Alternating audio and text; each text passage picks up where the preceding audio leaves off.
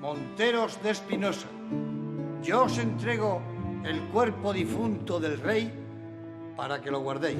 Después de besar el mismo crucifijo de plata que besaran todos sus predecesores en el trono desde Carlos V, moría en la madrugada del 17 de septiembre de 1665 Felipe IV, denominado el Grande.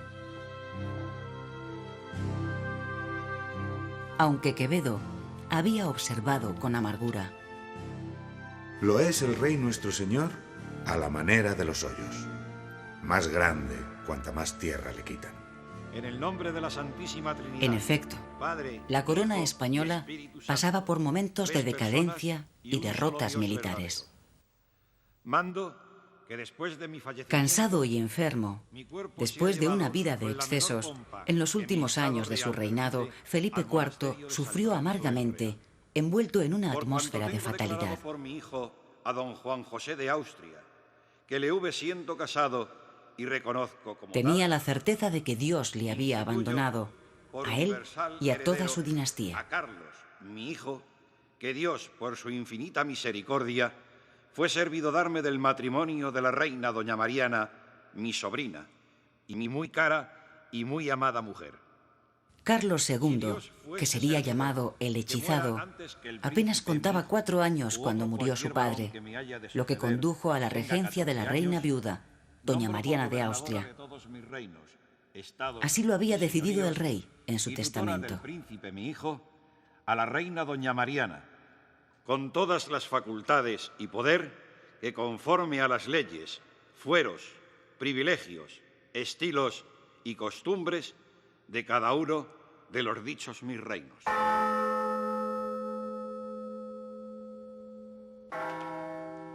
Siempre rodeado de capellanes y curanderos, ya que desde su más tierna infancia daba muestras de una extrema debilidad física y mental, Carlos había sido criado con leche materna gracias a los servicios de más de 14 nodrizas, y solo se abandonó este procedimiento por respetar su ascenso al trono.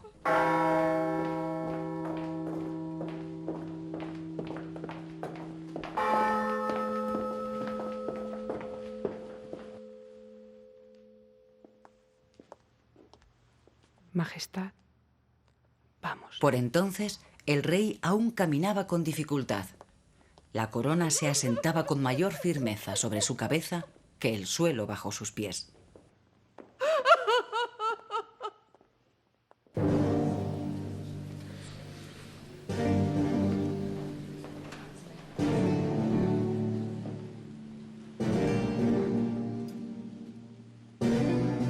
El tiempo ha convertido a Carlos II en el símbolo de la decadencia de un imperio.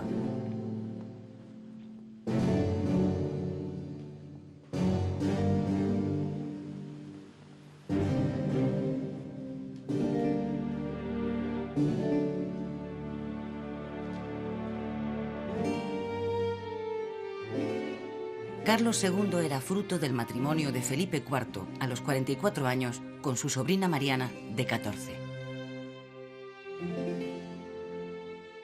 Su debilidad era la consecuencia de la endogamia indiscriminada practicada por la Casa de Austria. Carlos era el representante de la 6ª generación de esta política matrimonial. Pese a los reiterados embarazos de Mariana de Austria, solo 3 infantes llegaron a vivir los años suficientes para que sobre ellos se fundaran esperanzas sucesorias. Felipe Próspero y Fernando Tomás fallecieron antes de que Carlos viniera al mundo. Carlos se convertía así en la última esperanza de los Austrias españoles. Los reiterados matrimonios consanguíneos practicados por esta casa real contribuyeron a mantener unido un poderoso imperio. Pero ahora, la salud social, económica y política de ese imperio era tan endeble como la salud de Carlos. Pero si eres juez, si a los cristianos persigues duro y... A la edad de 9 años, Carlos II todavía no podía leer ni escribir, a pesar de los denodados esfuerzos de sus preceptores. languidecía en una corte melancólica, en medio de una sociedad decadente, rodeado de meninas y bufones. Vivía recluido dentro de un estrecho círculo femenino creado por su madre y la marquesa de los Vélez, su aya. El monarca seguía padeciendo frecuentes enfermedades y desarreglos de los que no se libraría hasta el final de su vida. Las enfermedades crónicas del rey hicieron de la cuestión del heredero un asunto de Estado que implicaba también a las potencias internacionales. Las cancillerías europeas, que no habían dejado de especular desde su nacimiento, difundían todo tipo de rumores. Hasta se llegó a dudar de su sexo, afirmándose que no era varón, sino hembra. En cualquier caso, se pensaba que Carlos moriría pronto. Las potencias del momento comenzaban a competir para colocar a sus candidatos al trono en el mejor lugar. El poderoso monarca francés Luis XIV llegó a firmar un documento con Leopoldo I de Austria en el que se detallaba el reparto de la herencia en caso de que Carlos muriese sin descendencia. El problema de la sucesión de Carlos II colocó en un primer plano de la política a sus esposas.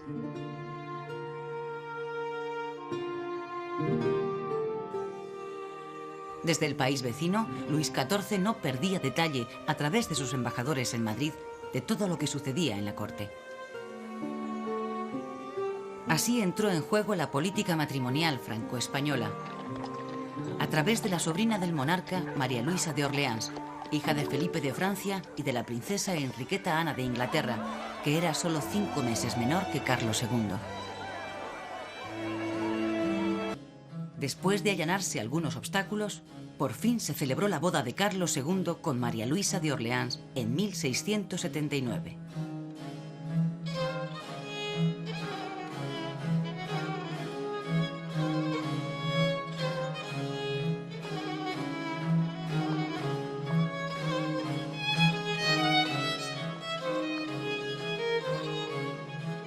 Aunque Carlos se reafirmaba en su amor al conocer a su esposa, no se puede decir lo mismo de los sentimientos de María Luisa de Orleans, que ya había recibido antes del encuentro noticias sobre el escaso atractivo físico de su marido. Y era de dominio público el poco cuidado que el rey ponía en su higiene y aseo personal. La joven reina pasaría los años más tristes de su vida en España.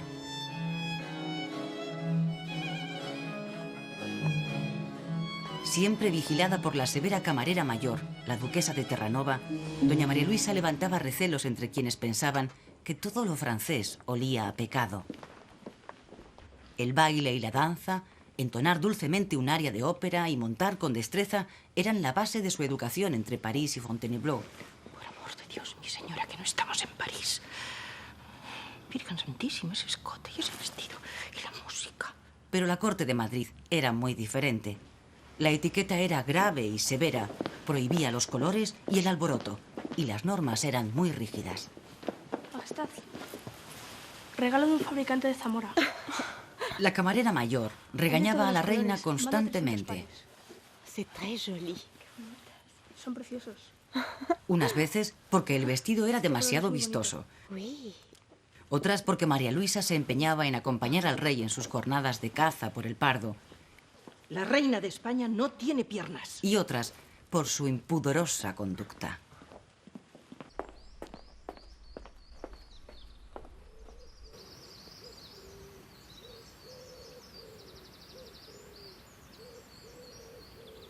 Mariana de Austria, por su parte, volvió a la corte adoptando una actitud más sumisa y moderando sus intrigas. El poco interés de doña María Luisa por la política le ganó los favores de su suegra. Con el matrimonio de Carlos se volvía a vivir la tensión por la sucesión, con todas las esperanzas puestas en el hijo que debía engendrarse en el vientre de la joven reina.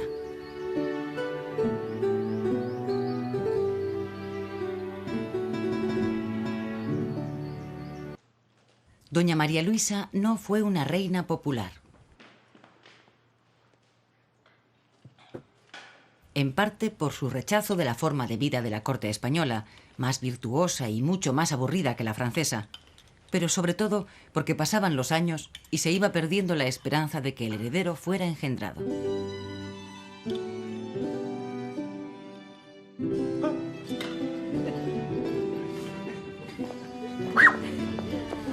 París, bella flor de lis, que en aflicción tan extraña, si París, París a España, si no París, a París.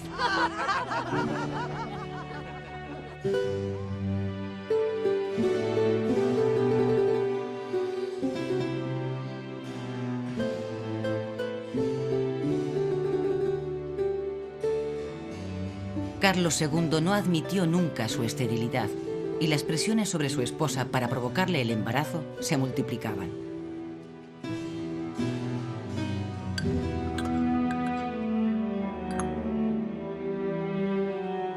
Agua de la vida.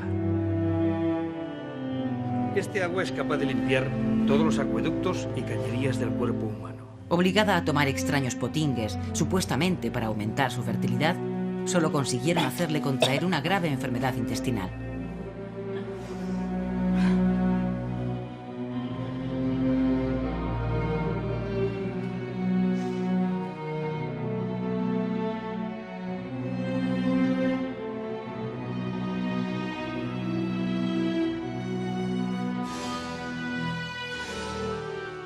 Tras sufrir una caída de caballo, cuando realizaba unos ejercicios de equitación, la reina se puso gravemente enferma sin que nadie pudiese hallar remedio a sus males.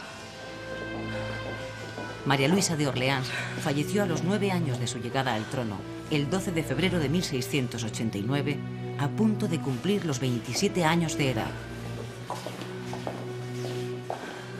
Corrieron rumores de que había sido envenenada.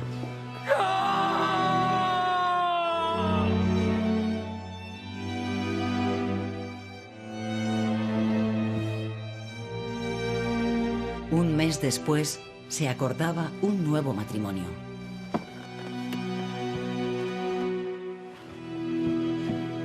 La segunda esposa de Carlos II, Mariana de Neoburgo, se casó por poderes y hubo de sortear en su complicado viaje a España a la poderosa armada francesa que tenía órdenes de apresar a la nueva reina.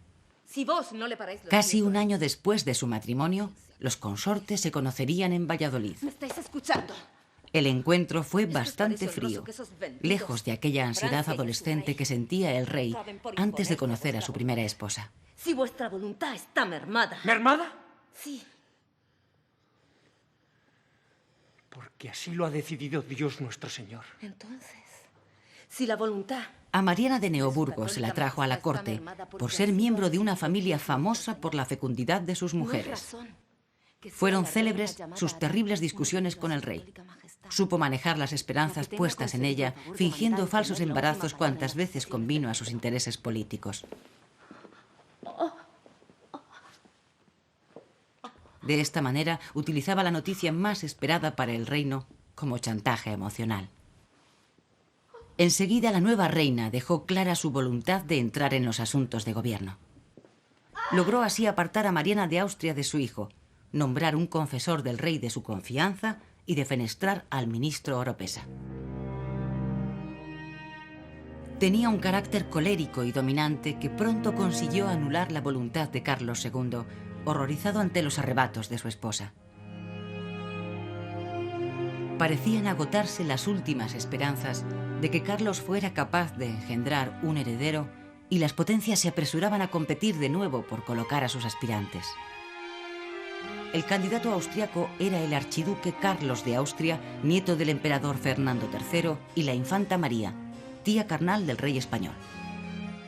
El candidato francés era Felipe de Anjou, nieto de Luis XIV y María Teresa, la hermana mayor de Carlos II.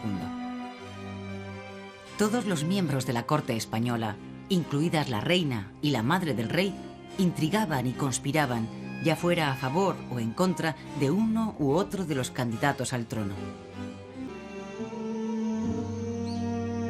La situación de Carlos II en los últimos años era patética. Se dijo: parece un fantasma y se mueve como la figura de un reloj. Se habla de una dieta de capones y gallinas combinada con carne de ribera.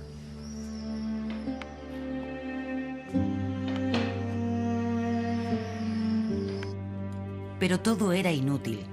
Entonces se difundió la noticia de que Carlos no podía tener descendencia porque estaba hechizado. Aunque ya se habló de ello en tiempos de Valenzuela, la idea de los hechizos cobró vida, sobre todo en los últimos años de la vida del rey.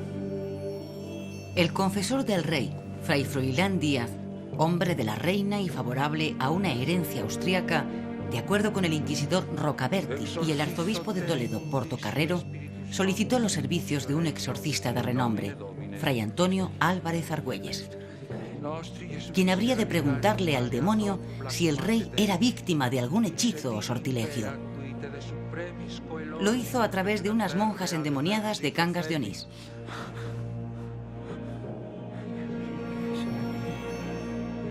Al parecer, Lucifer contestó que el rey estaba endemoniado y que los culpables eran la reina madre y algunos políticos afines a ella, partidarios todos del bando austriaco.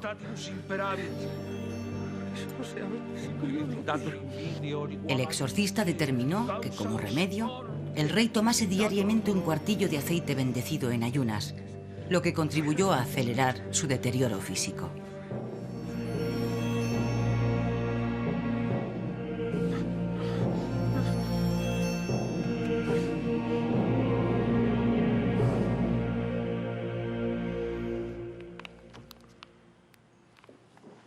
El partido austriaco, que quedaba en bastante mala posición, se inquietó y desde Viena mandaron a un capuchino para que por su parte interrogara a los demonios, que naturalmente esta vez hablaban francés.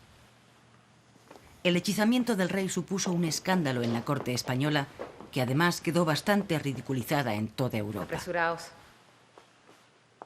Finalmente la reina, Mariana de Neoburgo, que no salía muy bien parada en las manifestaciones de los demonios, decidió poner fin a todo aquello y mandó encarcelar al confesor real y al enviado de Viena, que tuvieron que afrontar un proceso inquisitorial. Tras un sinfín de presiones, el rey en su último testamento, firmado en octubre de 1700, nombraba como sucesor al nieto de Luis XIV, el futuro Felipe V, haciendo constar que las coronas de España y Francia no podían ser unidas. El 1 de noviembre fallecía el último rey de los Austrias, y ese mismo día se hizo público su testamento.